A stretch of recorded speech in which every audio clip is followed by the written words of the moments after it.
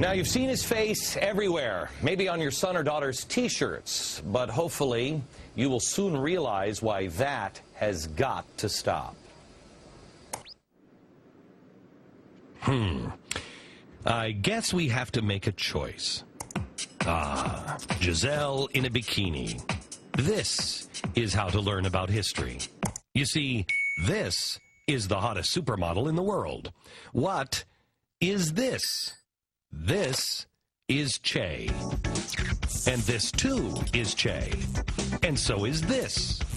He's a fashion icon among his revolutionary peers, and he is everywhere. In fact, all of this is Che. Ernesto Che Guevara.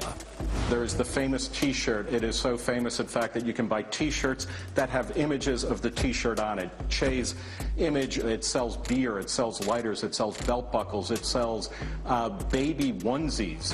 Why are you risking your life to fight for us? And nowhere is Che seemingly loved more than in Hollywood, USA. You'll see. When Fidel's running things, everybody will read and have food on the table.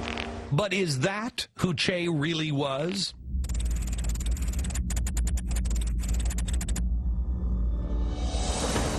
One of the things that is fascinating about the cult of Che is that it effectively thrives in the absence of any kind of historical understanding. For example, look around at an anti-war rally, and you'll probably see Che. Che was a self-taught revolutionary who was instrumental in Castro's takeover of Cuba. He became known as the Butcher of La Cabana prison in revolutionary Cuba, where he personally oversaw the execution of anywhere from 175 to several hundred people. He's implicated in thousands of deaths that come after that. 14,000 men and boys were executed in Cuba during the 1960s. He said that his dream was to become a killing machine. He said to his revolutionary comrades, if they weren't sure of someone's loyalty, if in doubt, kill him. These are the realities that we need to understand about Che. You could probably call him clinically a sadist.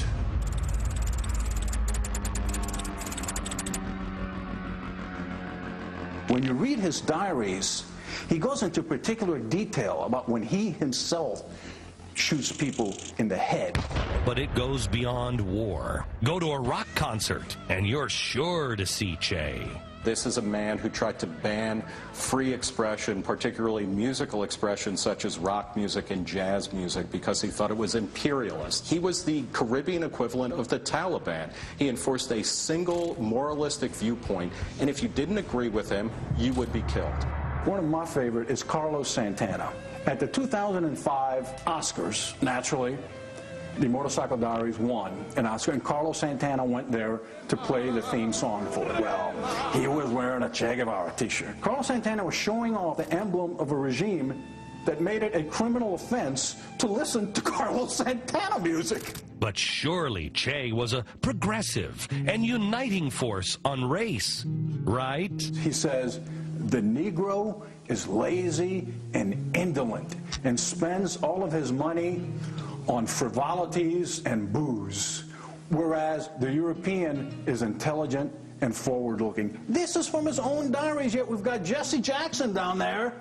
Viva Che! We've got Jay-Z with a song with the lyrics, I'm just like Che Guevara with a bling on. I'm like Che Guevara with bling on, I'm complex. Maybe he is complex. Either that or this guy doesn't know that this guy would have thought that this guy was nothing but a frivolous, lazy drunk just because of the color of his skin.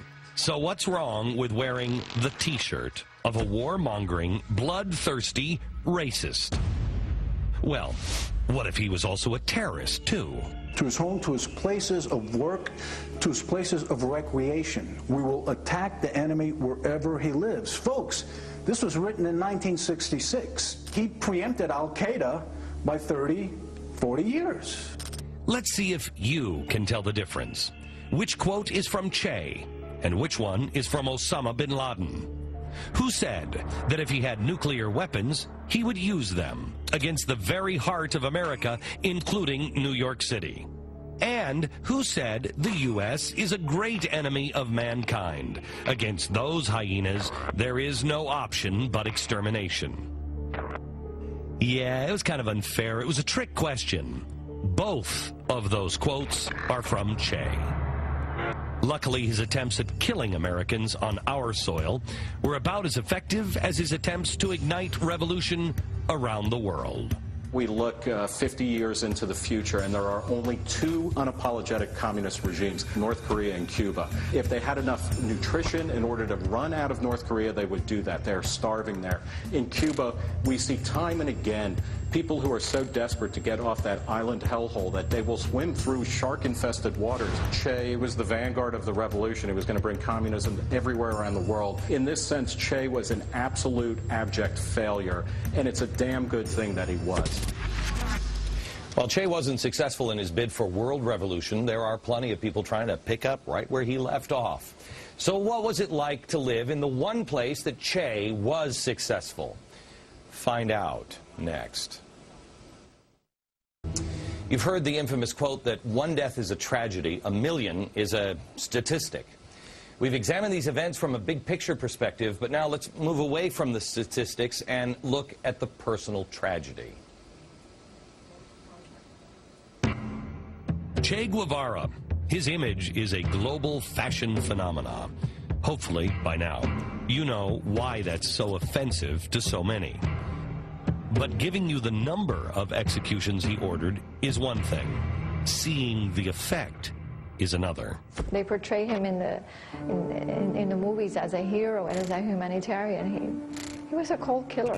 This is Barbara Rangel's grandfather, Colonel Cornelio Rojas.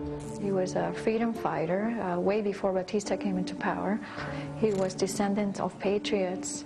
His father was a general, and his grandfather was also a general brigadier that fought for the Cuba's War of Independence against Spain. One day, her grandfather was just gone. When Fidel Castro and Che Guevara arrived in Havana, it was January '59, and that's precisely when my grandfather disappeared. My family had no idea where he was. All of a sudden, my family was in the living room watching television, and they see my grandfather walking. They were extremely happy to see him, and then they realized that he was walking towards the wall. He started screaming, and my grandmother collapsed. They realized that he's going to be executed. When they asked him if he wanted to be blindfolded, and he said no, and he said, there you have the revolution, take care of it. He asked if he could give the firing orders, and he says, aim, fire. He died like a hero. And he was executed by cowards. There was no trial whatsoever. Che Guevara did not allow a trial. He was taken prisoner at the beginning of January and executed January 7th. That is something that I will never forget. There is not one day in my life that I don't think about him. Barbara's pregnant mother was so traumatized, she went into labor 3 months early. What is a person supposed to do, you know? Rejoice for the birth of your son, or cry for the death of your father? Meet Barbara's mother, Blanca. Che Guevara me quitó lo más grande que yo podía tener en mi vida, porque para mí mi padre era lo más grande, porque él era muy buen padre. Eso me lo quitó el Che Guevara, y por eso 50 años vengo padeciendo, y nunca podré olvidar lo que me hizo. For those who lived with the real Che, it is impossible to understand, in America of all places, how anyone would want him on a T-shirt.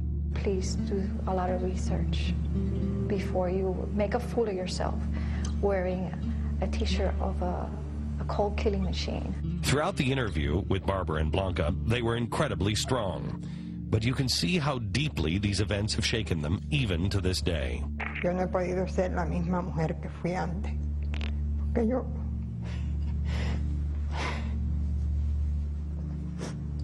This is the real legacy of Che. It's murder, destruction, and broken families. So what can we do to correct the lies? Maybe it's time to make the truth a bit more fashionable. maybe it's time to remember what these governments were really responsible for. Maybe it's time to ignore the revisionist rehab of these figures and recognize who they really were. Maybe telling the truth about socialism and communism now can help us avoid all of these things again. Just maybe, speaking up and bluntly telling the truth can stop the next generation from looking at things the same way.